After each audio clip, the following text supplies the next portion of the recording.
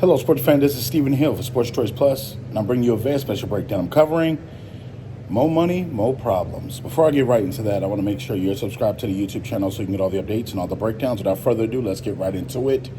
The news of the day: San Francisco 49ers, Brandon Aiyuk has officially requested a trade. He's entering the final rookie year of his deal, and it's a lot of murmurs, it's a lot of talk, it's a lot of conversation. And you're looking essentially at what exactly is, his gripe. He wants to be paid. So you got to think, the 49ers have one of the biggest payrolls in the NFL. And you think about exactly what they do and the money that they spend, the high-priced players that they have on their team. The 49ers are the one team that takes flyers on a lot of guys. No matter if it's in-season trades, no matter if it's free agency, no matter what it is. The 49ers will take a chance and use draft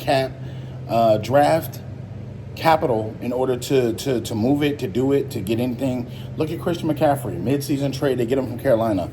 Look at some of the things that they do in the offseason. And it's rare that John Lynch and Kyle Shanahan miss on players. It's rare. So you got to think there's a success rate here of what they've been able to do, what they've been able to get out of players from the likes of it. You got Nick Bosa, one of the top players at his defensive spot, highest paid as well. Deebo Samuel, one of the highest paid receivers in the NFL. Trent Williams, one of the highest paid tackles. Javon Hargrave, one of the highest defensive tackles. Fred Warner, one of the highest linebackers paid. And Christian McCaffrey, I think, is a top paid running back. I think Kittle was, at one point in time, one of the highest paid tight ends in the league. But you got to think, the San Francisco 49ers have a problem that a lot of teams would love to have. It's you got too many guys, but you can't pay them. So you have a wealth of talent, you have a wealth of draft picks, and you have a wealth of capital, but you may not be able to pay everybody and keep everybody happy and on the roster at the same time. Aiyuk essentially has outperformed his rookie contract, and you think Deebo Samuel did this same thing. He requested a trade, and then he shortly got a deal done. The only difference is I think the 49ers have flexibility with this. They're either going to go one of two ways. They're either going to keep Aiyuk and trade Deebo Samuel, or either trade Aiyuk altogether. They're going to possibly not give him a deal, but trade him so that the next team has to give him the deal. Because you got to think, there's too much riding on this cap for the 49ers. They still have to pay Brock Purdy. They still have other guys that they have to pay down the pipeline. And you got to think, are you going to pay another receiver $19+ million? Because I think right now Deebo makes $23 million, $24 million. And you got to think, you're going to have to go north of what you pay Deebo Samuel if you want to keep him.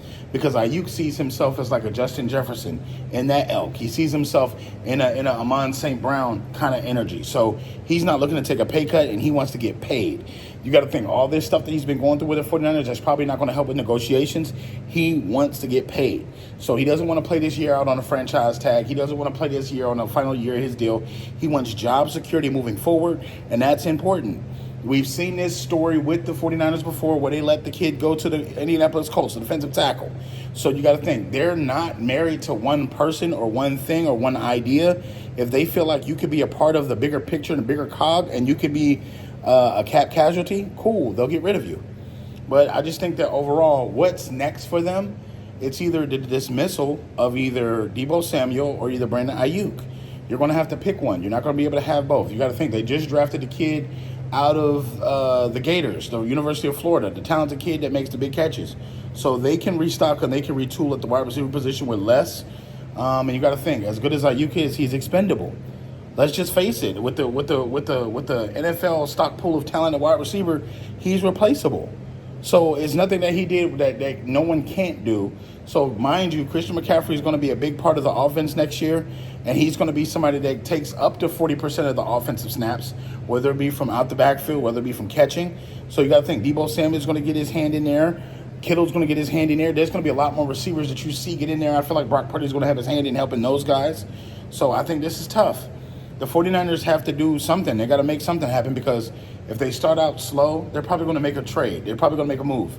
But the goal is to make sure that you're not having a slow start, so you can essentially have all your value of your trades, all your value of your stock, so you can make the best deals and get the biggest return. So 49ers, y'all got to make something happen. Got to make something shake, because I don't feel like contract negotiations are going to go to the way that you thought they were going to go at this point, because Aiyuk has looked like he's good on social media, making posts and doing all this. It's out the door at that point. So what do you 49ers fans feel? Do you feel like they should make deals? Do you feel like they should just keep them and play throughout the season? Do you feel like they should trade them? Get in the comment section below. Definitely check out Sports Choice Plus. and we will see you on the very next episode.